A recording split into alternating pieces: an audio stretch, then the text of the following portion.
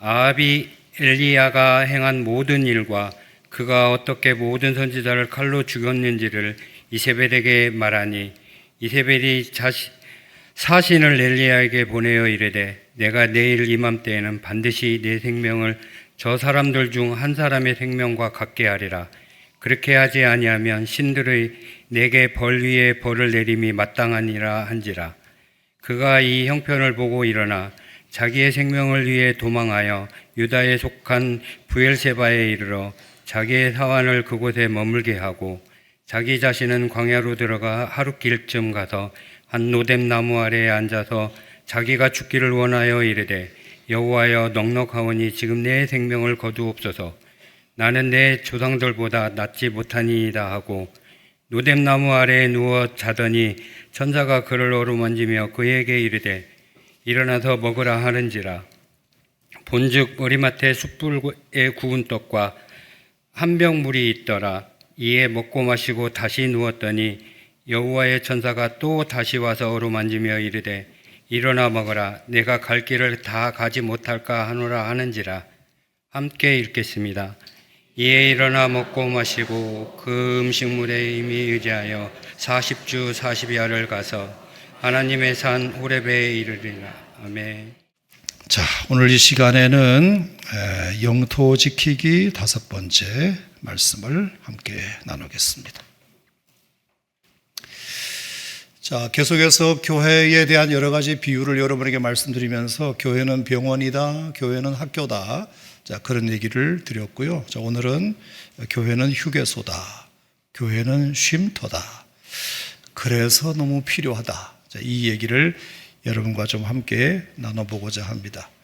아니, 목사님, 이 주님의 몸된 교회를 너무 그렇게 세상적인 장소에 비유하신 거 아닙니까? 뭐 이렇게 말씀하실 수도 있는데요.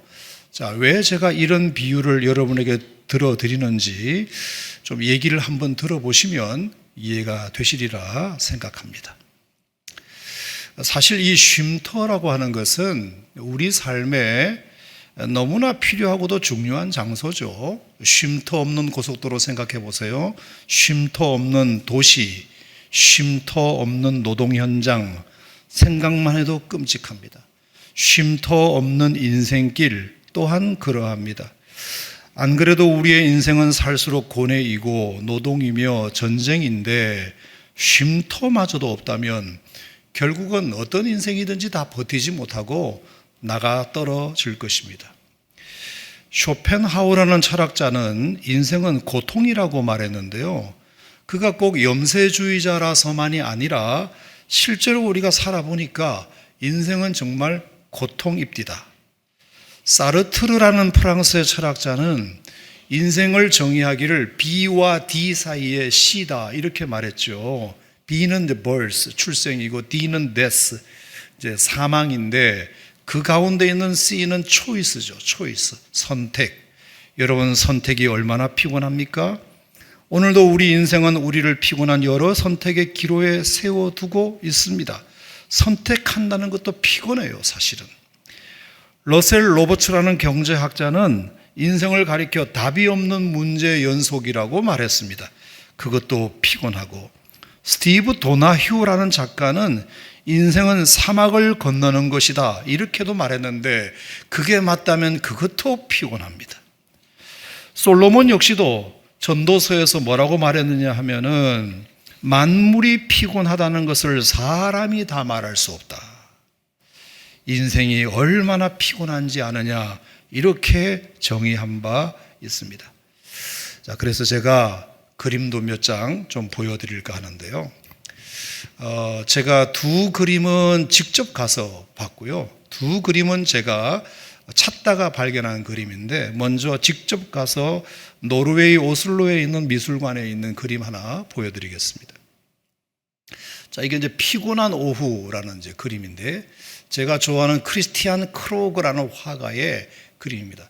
그분의 몇 점이 더 있는데요. 제가 두 개만 이제 소개를 하면 한 아낙네가 젊은 아낙네가 아마 재봉질을 하셨던 모양입니다. 재봉질을 열심히 하다가 그만 스르르 잠이 든 모습입니다. 뭐 잘 수도 있죠. 근데 제가 저기서 참 느껴지는 것 중에 하나가 등에 불이 켜져 있잖아요. 만약에 자려고 마음을 처음부터 먹었다면 불을 껐겠지. 내가 좀 자야 되겠다.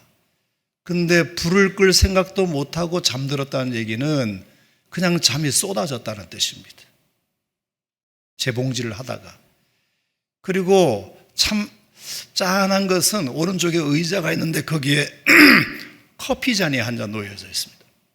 그러니까 이 아낙네는 분명히 나름 잠을 쫓아보려고 일은 해야 되겠는데 잠을 쫓아보려고 커피 한 잔의 힘을 빌어봤지만 결국은 쏟아지는 잠을 주체할 수 없었다는 뜻입니다.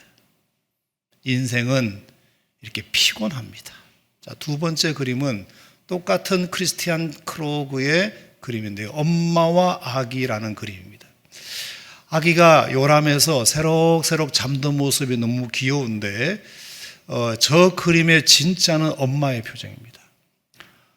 엄마가 아기를 요람을 흔들면서 잠을 재우다가 자기가 잠이 들어버렸습니다.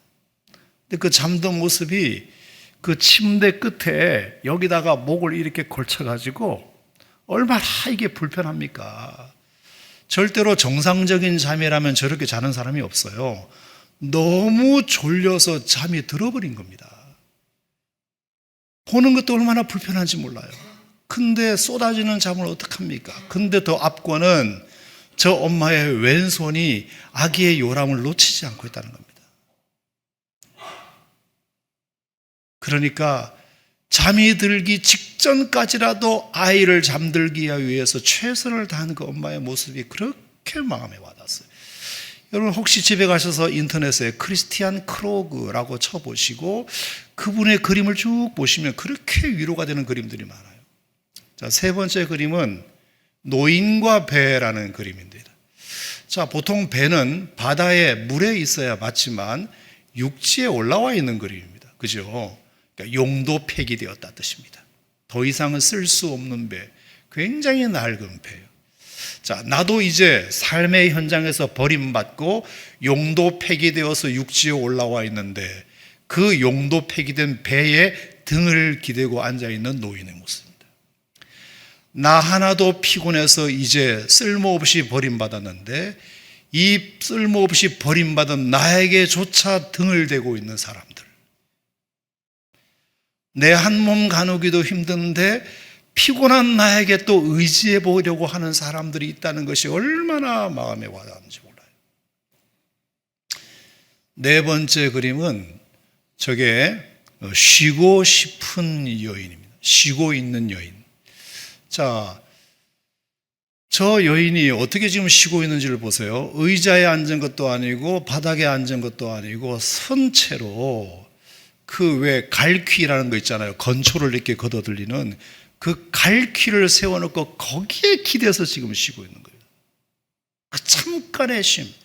얼마나 피곤하면 저기에다가 이렇게 그거라도 의지해서 쉬려고 애를 썼을까.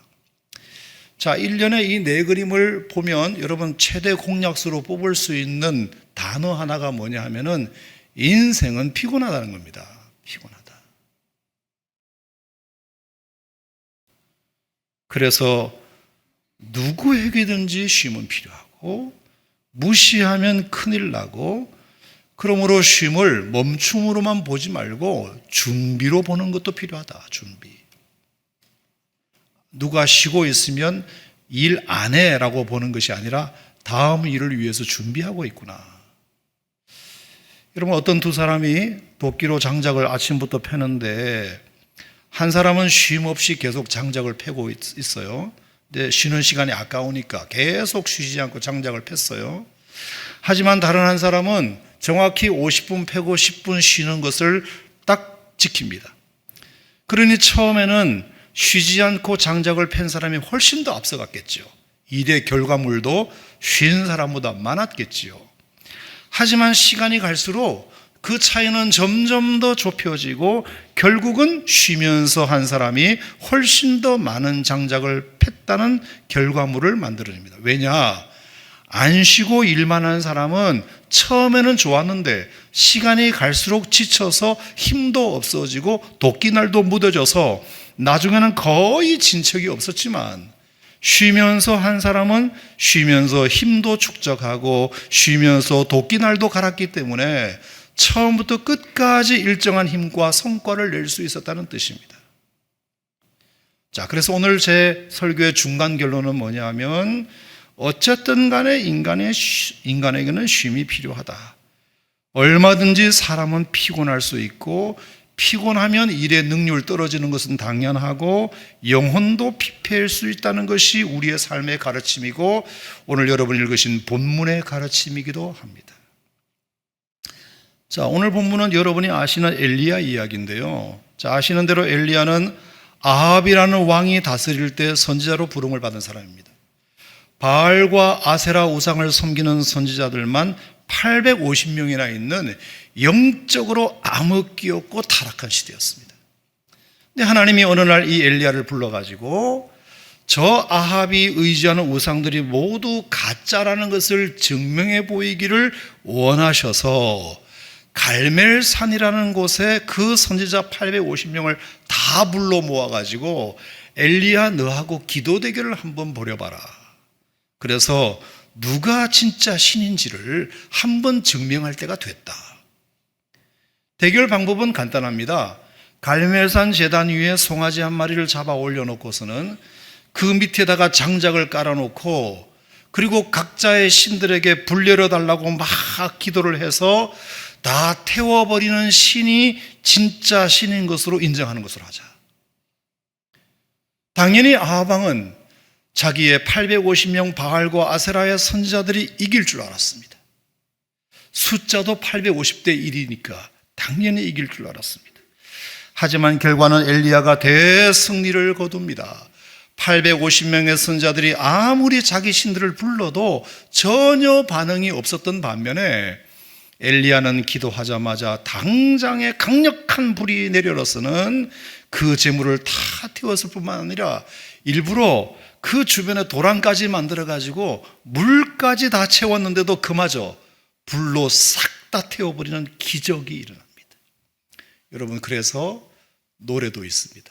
갈멜산에서 쌓은 번제물을 불로서 태워버린 여호와여, 엘리야의 하나님은 나의 하나님, 엘리야의 하나님은 우리의 하나님.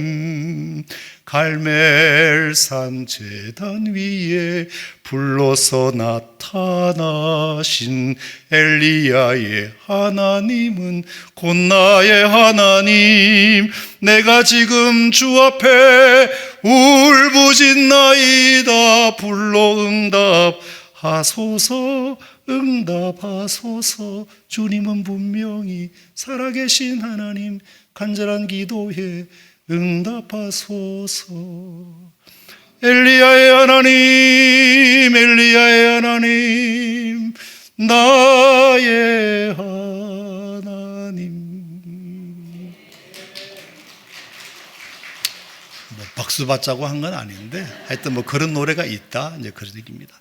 자, 여러분, 자, 그러니까 지켜보던 백성들도 그동안은 이쪽 편을 들까 저쪽 편을 들까 머뭇거리다가 눈앞에 펼쳐진 광경을, 이거는 뭐 빼박 증거잖아요. 여호와 하나님이 진짜 신이구나. 우리가 저 선지자들에게 그동안 완전히 속았었구나. 분하다. 저놈들 가만둬놔봐라. 이러면서 분위기 험악해지자 그 850명 선지자들은 창피하고 두려워서 급히 도망을 가게 되고, 비겁하게 어디를 도망가? 이러면서 백성들은 그들을 쫓아가서는 그들을 다 잡아 죽이게 되는데요. 엘리야도 같이 따라 산 아래 기손강까지 내려가서는 그들을 멸절시키는 일을 돕게 됩니다. 자, 이것이 열왕기상 18장에 나오는 그 유명한 엘리야의 갈멜산 승리 사건이에요. 자, 그러니까 그 어젯밤은 너무나 영적으로 기쁜 밤이었겠죠. 너무나 감격스러운 밤이었겠지요. 하지만 그러느라고 육체는 고단했을 것입니다. 밤새 잠도 못 자고 애를 썼으니까. 자, 그런데 그걸로 끝났느냐? 자, 18장 42절에 보면은 그 엘리야는 다시 갈멜산 꼭대기로 또 올라와요. 자, 이번에는 불이 아니라 비가 내리기를 위해서 기도하기 위해서 온 겁니다. 자, 그러니까 여러분 보세요. 그날 밤 자그마치 546m나 되는 그 서울 남산의 2배나 더 높은 그 갈멜산을 850명과 기도 대결을 벌이기 위해서 한번 올라갔잖아요. 자, 남산보다 2배 높다 그랬어요. 크기를 올라갔잖아요. 거기서 한바탕 전쟁을 치른 다음에 기손강까지 도망가는 850명 선자들을 잡아 죽이기 위해서 내려왔잖아요. 그리고 다시 또 그날 밤 또 올라갔잖아요. 기도하기 위해서. 이제는 비 내려달라는 기도를 하기 위해서. 자, 한 번 올라갔다가 내려왔다가 한 번 더 올라간 겁니다. 여러분, 이것만 해도 굉장히 지금 피곤한 상태에 있다는 것을 말하는 것입니다. 자, 그리고는 꿇어 엎드려서 그의 얼굴을 무릎 사이에 넣고 기도를 하는데 성경에 보니까 7번 기도했다고 되어 있습니다.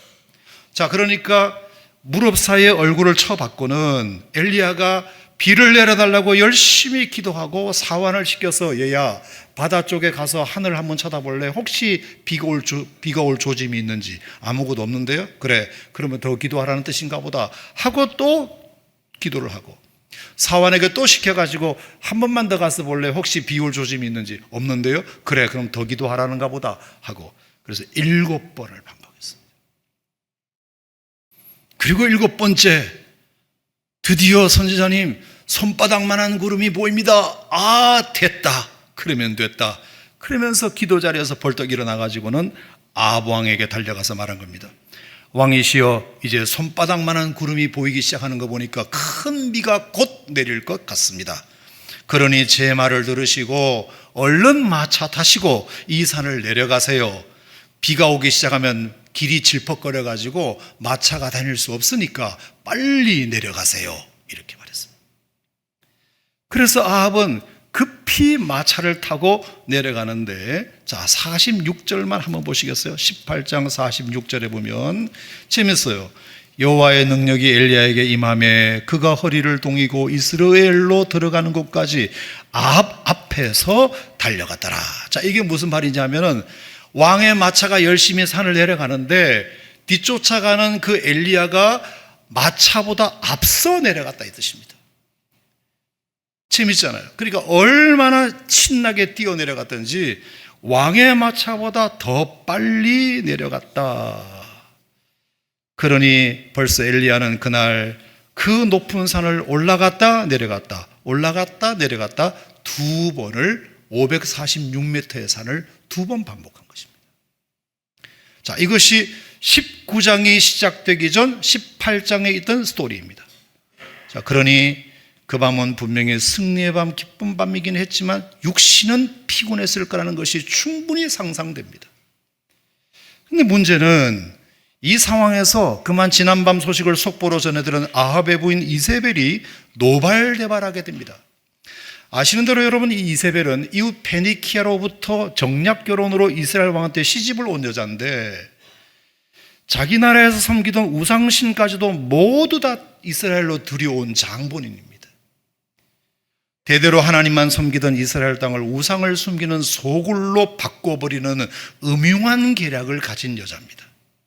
그런데 지난밤 자기가 임명해 놓은 850명 선지자들이 한 명 엘리야한테 당했다는 소식을 듣는데 얼마나 스트레스가 되는지, 게다가 그 850명 선지자들이 백성들에 의해서 다 칼에 맞아 죽었다는 소식을 듣는데 얼마나 화가 나는지, 내 이 엘리야를 가만두나 봐라. 당장 내가 이 엘리야를 잡아서 그가 처참히 죽인 우리 선지자들 같게 하리라. 자, 이런 소식이 속보로 엘리야의 귀에 딱 들어옵니다. 그래서 엘리야는 어쩔 수 없이 도망을 가게 되었다는 것이 오늘 19장 3절이에요. 자, 여기까지 정황상 충분히 저는 이 스토리와 이 스토리의 전개가 하나도 이해가 안 되는 게 없어요. 다 이해가 돼요. 막 오르락내리락 하면서 그 지난 싸움을 했지, 기도했지, 그리고 또 이세벨로부터 그런 죽이겠다는 협박을 받았지. 그러니까 그 자리를 피하는 것도 너무나 당연하고. 근데 이 19장을 어떤 목사님들이 설교를 할 때 너무 불편한 설교를 들은 적이 있어요. 그게 뭐냐 하면은 엘리야가 그렇게 18장까지는 믿음이 좋더니 19장에 믿음 다 날아갔네. 어디로 그렇게 도망을 가냐 세상에. 그 소리를 들었으면 기도를 해야지. 왜 기도도 안 해보고 도망간대? 급기야 4절에서는 자기를 죽여달라고 믿음 없는 기도까지 했대. 아이, 믿음 다 없어졌구만. 이렇게. 18장에서 그렇게 수고하고 애쓴 엘리야를 한 방에 설교로 난도질하는 그런 설교를 제가 몇 번 들은 적이 있어요. 너무 그 설교가 불편했어요, 듣기가. 목사님들이 성경을 너무 영적으로만 해석해요. 기계적으로만 해석해요. 성경을 인간적으로 해석할 줄 몰라요. 아무리 믿음이 좋은 사람도 때로는 연약해질 수 있다는 것에 대한 요만큼의 이해도 없어요. 본인도 안 그러면서. 딱 그 도망갔다는 표현 하나, 죽여달라고 소리친 그 말 한마디로 그냥 엘리야의 믿음을 깎아버려요. 자, 여러분, 막말로 엘리야만 도망갔나요? 다윗은 사울을 피해서 도망 안 갔나요? 바울도 에베소에서 소동이 일어났을 때 피하여 드로아로 도망 안 갔나요? 야곱도 형을 피해서 하란으로 도망 안 갔나요? 로마의 10대 박해 때 로마 시대 기독교인들이 하도 로마인들이 박해하니까 카타콤베로 피하여 도망 안 갔나요? 그러면 그 사람들이 다 믿음이 없는 건가요? 아니, 어떻게 그런 식으로만 해석을 해요? 게다가 엘리야가 자기를 로뎀나무 아래에서 죽여달라고 하나님께 구한 것 가지고도, 아니 어떻게 믿음이 있다는 사람이 그런 자기 죽여달라는 기도를 한대? 여러분, 자신의 그 심정을 그렇게라도 하나님께 기도로 풀었다는 것은 오히려 믿음이 있다는 증거 아닌가요? 믿음도 없는데 그런 기도를 할 수 있나요? 정말로 죽을 생각이었다면 기도 안 하고 죽었겠지. 하지만 하나님 나 죽여주세요 라고 이 말은 하나님 나 위로해주세요, 하나님 나 너무 힘들어요 이 뜻이잖아요. 그럼 반어법적 기도를 몰라요. 영혼의 탈진이 오고 육체의 피곤함이 와서 그런 드린 기도를 가지고 믿음 떨어지니까 기도를 세상에 이런 기도를 하네. 게다가 18장의 무대는 갈멜산이고 19장의 무대는 브엘세바인데 4절에 보면은 그 브엘세바에 자기 사환을 두고 자기는 광야로 더 내려갔다는 표현도 있어요. 자, 그래서 제가 어제 구글로 재보니까 갈멜산에서 적어도 200km는 내려왔다는 거지. 200km를 걸어왔다. 자, 봐봐요. 지난밤에 어떤 일이 있었다? 546m의 산을 올라갔다. 그리고 850명 선지자 죽이러 내려왔다. 그리고 비가 오기를 위해서 기도하기를 또 올라갔다. 그리고 마차보다 더 앞서 달려 또 내려왔다. 그리고 이세벨의 소식을 듣고 200km를 걸어 도망왔다. 피곤해요, 안 피곤해요? 엄청 피곤합니다. 그래서 오늘 19장 5절에 보면은 로뎀나무 아래에서조차 바로 누워 잘 정도였습니다. 자, 우리는 로뎀나무 하면은 대개 느티나무 마을 어귀에는 큰 느티나무 같은 제 생각을 하고 있는데, 천만의 말씀. 자, 로뎀나무 사진을 하나 보여드리겠습니다. 로뎀나무 사진. 자, 여러분, 엘리야가 누워 잔 로뎀나무가 저렇게 생겼습니다. 저렇게. 느티나무가 아닙니다. 자, 그러니까 저기에서 잤다는 얘기는 그 다음 보세요. 사진. 저렇게 잤다는 겁니다. 저렇게. 저건 이제 합성 사진인데 하여튼 끼워 맞춰서 이제 그림을 만든 건데 너무 불편해 보이잖아요. 여러분, 보통 사람 같으면 저기 잠이 옵니까? 근데 저기서 잤다는 얘기는 그만큼 피곤했다는 뜻이에요. 너무너무 피곤하니까 그냥 풀떼기 같은 그런 작은 나무도 고맙게 생각하고 거기에 머리라도 그늘을 맞을 수 있으면 그냥 거기 사는 겁니다. 그러니까 요만큼만 그늘이 오지 나머지는 다 햇빛에 노출되어 있는 겁니다.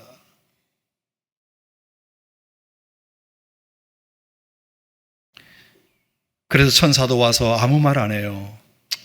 자니? 뭐 좀 먹을래? 뭐 좀 마실래? 그래서 먹을 거 마실 것만 줘요. 그랬더니 6절에 또 잠들었대. 2번 잠들었대. 자, 사진 내리시고 그만큼 자도 피곤한 상태가 된 겁니다. 자도 피곤한 상태. 그 천사는 그 엘리야에게 야, 그 어젯밤 그 믿음 다 어디 갔냐? 야, 실망이다 야. 이런 얘기 한마디 안 합니다. 이 친구 엄청 피곤했나 보네.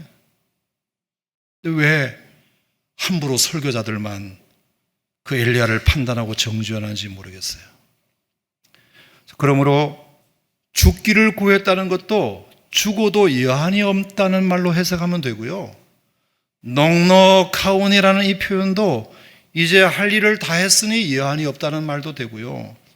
조상들보다 내가 더 낫지 못하다는 이 표현 역시도 너무 피곤하면 가끔은 자기 비하적 발언도 나올 때가 있는 것으로 받아들이는 것이 좋아요. 제가 오늘 세교 일부 예배 끝나고 어느 권사님이 기도를 받으셨는데 요즘 눈이 너무 안 좋아서 이게 앞이 안 보이는데 그래서 기도를 해드렸더니 목사님은 제가 죄가 많은가 봐요.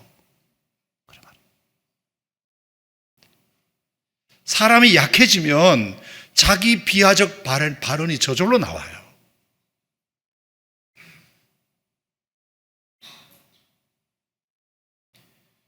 내가 조상들보다 낫지 못한 것 같습니다. 이 말은 너무 피곤하면 가끔은 자기 비하적 발언이 나올 수도 있다니까. 내 죄가 많은 것 같아서 그래요. 내 죄가 많은가 봐요, 목사님. 이렇게. 그리고 그 마음을 이해를 해줘야지. 진짜 죄가 많기는 알기는 아시나 보네요. 이렇게 말하면 안 돼요. 뭐 말을 하면 그 말만 듣지 말고 그 마음을 알아줘야지, 마음을. 아, 왜 저렇게 말하는구나 알아야지. 그러니까 보세요. 엘리야는 그 천사의 부드러운 터치를 받고는 벌떡 일었어요. 야단친 것도 없고 설교한 것도 없고 아무것도 없어요. 그냥 먹이고 쉬고 먹이고 쉬고 자라. 그랬더니 40주 40야를 걸어서 호렙산까지 단번에 달려갑니다. 할렐루야. 자, 여러분 지도를 보세요. 지도 보시면은 그다음 지도. 자, 엘리야가 로뎀나무 밑에서 잔 곳이 저 위에 동그라미고요. 호렙산이 저 밑에 동그라미인데 서울에서 부산까지 400km예요. 40주 40야를 그냥 내달려요. 자, 로뎀나무 아래에서의 천사의 만짐 덕분이에요. 거기에 무슨 설교한 거 없고요. 성경 공부한 거 없고요. 부흥회한 거 없고요. 그냥 쉬고 먹이고 재우고 쉬고 먹이고 재우고. 자, 오늘의 결론을 따라하겠습니다. 교회도 그래야 합니다. 교회도 고난 영혼들의 쉼터이며 성령의 어루만짐이 필요한 로뎀나무여야 하기 때문입니다. 자, 그래서 오늘 제가 한 5분 정도, 10분 정도, 그렇다면 우리 교회가 영혼의 쉼터가 되기 위해서 실천 사항 몇 가지만 알려드리고 마치도록 하겠습니다. 첫 번째, 우리가 꼭 이 교회를 쉼터처럼 좋은 쉼터로 만들기 위해서는 제가 말씀드린 대로 절대로 누군가를 함부로 정죄하는 일을 하지 말아야 됩니다. 따라합시다. 정죄하지 말자. 하나님이 그 영혼을 만져주시도록 그냥 들어주고 기도해주고 도와주는 것은 할 수 있지만 네가 죄가 많아서 그래, 이런 얘기를 함부로 하면 안 됩니다. 본인이 하나님 앞에 회개하는 것은 좋으나 사람이 지적하는 것은 안 됩니다. 제가 말씀드린 대로 세상에 나쁜 사람은 없다, 아픈 사람밖에 없다. 악한 사람은 없다, 약한 사람밖에 없다. 왜 사람이 악해졌느냐? 약할 때 치료 못 받으니까 악해진 거고, 왜 나빠졌느냐? 아플 때 치료 못 받으니까 나빠진 거지. 그러면 그 나쁜 사람을 보고 아픔을 볼 줄 알아야지. 악한 사람을 보고 약함을 볼 줄 알아야지. 나쁘고 악한 것만 보면 그건 잘못 보는 거다.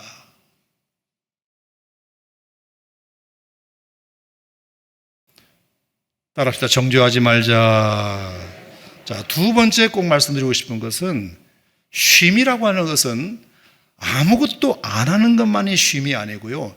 일정한 노동도 포함될 수 있다는 것을 제가 말씀드리고 싶어요. 자, 예를 들어서 운전이 직업이신 가장이 있다고 칩시다. 그러면 그분에게 운전대라고 하는 것은 현장입니다. 노동의 현장이에요.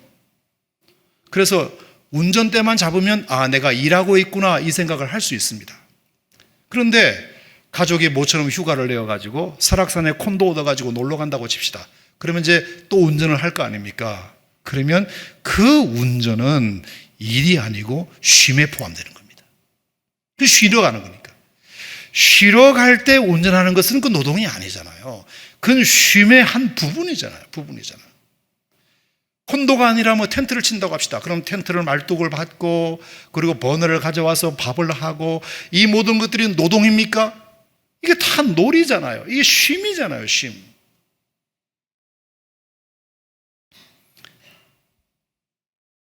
교회도 마찬가지입니다. 어떤 봉사도 일처럼 여기지 마셨으면 좋겠어요. 왜? 이것은 내가 사랑하는 주님을 위해서 하는 일이니까. 그것도 다 안식에 포함되는 겁니다. 가만히 있는 것만이 안식이 아니고요. 그 적절한 그 안식의 범주 안에서 내가 주님을 위해서 작은 봉사라도 하는 것도 쉼의 범주 안에 들어간다는 것. 아멘. 여러분 그것도 꼭 기억하셨으면 좋겠다. 세 번째는 휴게소는 쉬기만 하는 것이 아니라 버릴 것은 버리기도 하는 것입니다. 그래서 저는 고속도로 휴게소 가면 꼭 먼저 가는 게 화장실입니다. 먼저 화장실부터 들러요. 여러분 세상에 살면서 쌓인 나쁜 감정이 있습니다. 자, 그래서 우리는 음식을 먹을 때 좋은 음식도 먹지만 또 피가 살이 되는 음식도 있지만 똥이 되는 음식도 있어요. 그거는 버려야 되잖아요. 그래서 어떤 좋은 것은 내 몸에 쌓이고 어떤 나쁜 것은 이제 버려야 되는데 배설을 해야 되는데 우리 감정도 하루 일주일 내내 살다 보면 좋은 감정을 먹을 수 있어요. 칭찬을 듣거나 격려를 받거나 이러면 좋은 감정이 쌓여요. 그건 안 버리죠. 하지만 나쁜 얘기도 듣잖아요. 나쁜 것도 볼 수 있고 그건 버려야 되잖아요. 배설을 해야 되잖아요. 그런데 우리 몸의 화장실은 있는데 감정의 화장실은 없어요. 건물마다 있는 화장실은 있지만 내 마음의 쓰레기를 버릴 만한 장소가 없단 말입니다. 그럼 우리 예수 믿는 사람들이라는 교회가 좋은 감정의 화장실일 수 있는데 그럼 이걸 어떻게 버리냐? 설교하면서 버리냐? 아니라고 생각해요. 노래하면서 버리냐? 그것도 부족해요. 국수 먹으면서 버리냐? 그것도 아니에요. 여러분 감정의 쓰레기와 감정을 배설하는 가장 좋은 방법은 기도입니다. 기도. 너 예수께 조용히 나가 내 마음을 쏟아놓으라. 주 십자가 사랑을 믿어 죄사함을 너 받으라. 그 다음에 후렴이 뭐죠? 주 예수께 조용히 나가 내 마음을 쏟아놓으라. 늘 은밀히 보시는 주님 큰 은혜를 베푸시리. 그래서 교회에 오면 반드시 기도라는 것을 해야 됩니다. 기도. 예배 전에 혹시 5분 전에 일찍 오시는 이유가 뭐냐? 개인 기도 시간을 갖기 위해서 일찍 오시라는 겁니다. 덜렁덜렁 10시 예배 겨우 맞춰 오지 마시고 그러면 기도 시간이 없잖아. 그냥 바로 찬양하고 설교 듣다가 가버리는 거잖아요. 축도 끝나고도 너무 내빼지 마시고 집에 뭐 있는지는 모르겠지만 너무 내빼지 말고 적어도 좀 5분 이상 그 자리에 앉아서 오늘 주신 말씀을 좀 새겨가면서 하나님 앞에 내가 좀 마음을 정리하고 그렇게 가는 것이 참 좋을 것 같아요. 만민이 설교하는 집이 아니라 만민이 기도하는 집이라고 말했는데 기도를 안 해요. 앞에서 강단에서 목사님들이나 장로님들이 기도하면 아멘을 할 줄 알지 본인의 입으로 기도를 안 해요. 성도들이 오늘 주일 예배 때 한번 생각해 봐봐요. 여러분이 본인의 입으로 기도한 거 얼마나 되는가? 잠깐 눈 따가 떴잖아요. 이거 제가 다 알아요. 나도 해봤기 때문에 아무 기도도 안 하고 그냥 떠요. 적어도 5분 이상은 내 입으로 기도를 해야 돼. 내 입으로. 그래야 이 감정의 쓰레기가 배설됩니다. 배설이 돼요. 여러분 그래서 예배 끝나고 혹시 축도하고 몇 분의 성도님들이 여전히 오늘 주신 말씀을 묵상하면서 기도하시는 분이 계시잖아요. 그러면 조용히 지나가세요. 어이 김 집사 박 집사 이러지 마세요, 제발.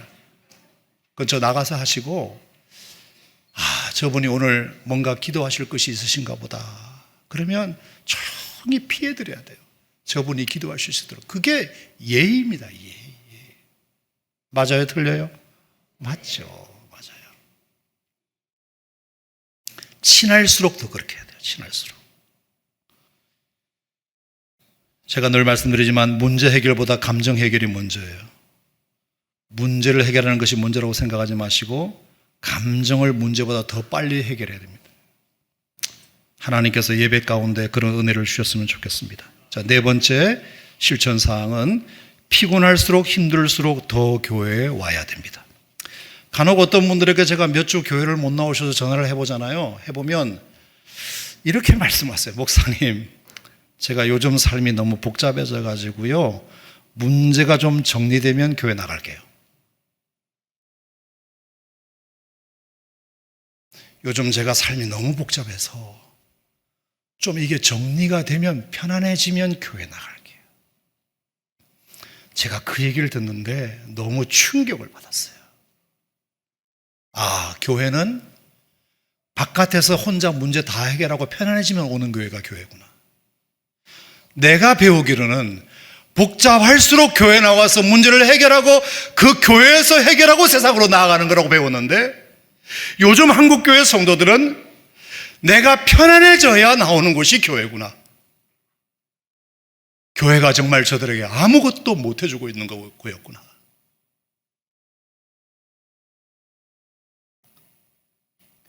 교회는 문제를 스스로 정리한 다음에 평안해지고 나서야 비로소 나오는 곳인가, 평안해지기 위해서 나오는 곳인가, 혼자 바깥에서 해결하고 교회에 나와야 되는가, 교회에서 해결하고 바깥으로 나가야 하는가, 내가 너무 지쳤으니까 휴게소에 안 들어갈래, 이 말이 맞는가, 내가 너무 지쳤으니까 빨리 휴게소 들어갈래, 이 말이 맞는가. 너무 지쳤으니까 빨리 휴게소 나왔으면 좋겠다, 이게 맞잖아. 교회가 휴게소가 못 되다 보니까 지친 것은 고속도로에서 해결하고 멀쩡하면 휴게소 들어오겠다는 뜻이잖아요. 세상에 이런 일이.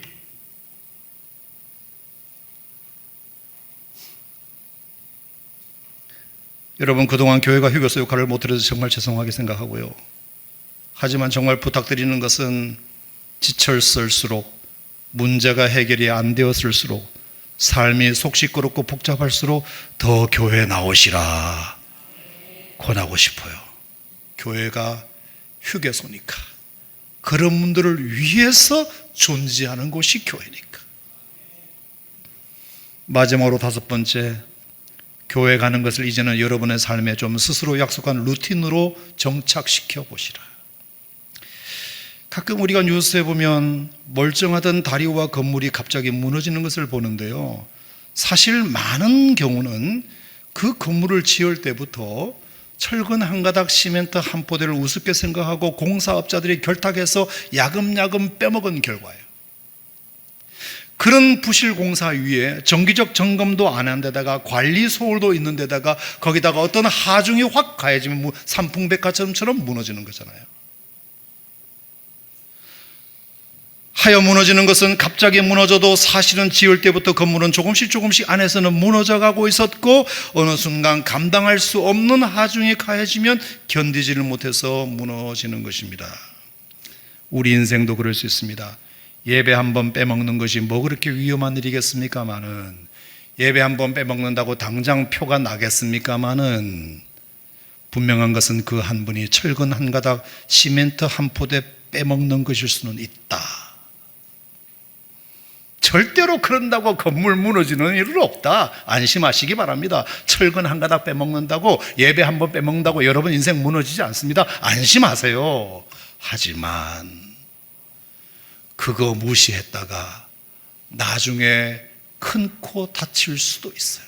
그래서 건물이 무너지는 겁니다.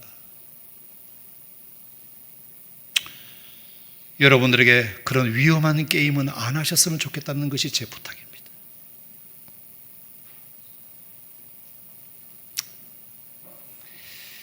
한번 따라하겠습니다. 예배를 루틴 삼자. 문제 해결보다 감정 해결이다. 정죄하지 말자. 피곤할수록 휴게소에 들르자. 아멘. 피곤한 것 해결하고 멀쩡할 때 휴게소 오는 게 아니라 피곤하니까 휴게소 오는 겁니다. 삶이 복잡하니까 교회 오는 겁니다. 목사님, 내 문제 너무 복잡해서 좀 해결되면 나갈게요. 이게 아니고, 내가 복잡할수록, 내가 마음이 속 시끄러울수록 교회 나와서 은혜 받고 기도하고 찬양하고 하나님의 은혜를 구하고, 그래서 여기서 회복된 그 로뎀나무의 힘으로 우리가 세상을 향하여 나아가는 것이라고 생각하는데, 여러분 동의하시면 아멘 하시기 바랍니다. 이상으로 오산 침례 휴게소 소장님께서 여러분에게 안내 말씀드렸습니다. 여러분 잘 그렇게 지켜주시기를 부탁드립니다. 기도하겠습니다. 하나님 아버지, 교회는 쉼터다. 내 영혼의 로뎀나무다. 지치고 고난 주의 백성들이 하나님 앞에 나와서 천사의 어루만짐을 경험하고 40주 40야를 달려갈 힘을 얻는 곳이다. 그래서 힘이 없을수록 나오는 곳이 교회다. 삶이 복잡할수록 나오는 곳이 교회다. 그런 곳이 교회라면 우리들끼리 함부로 정죄하는 일은 없어야 된다.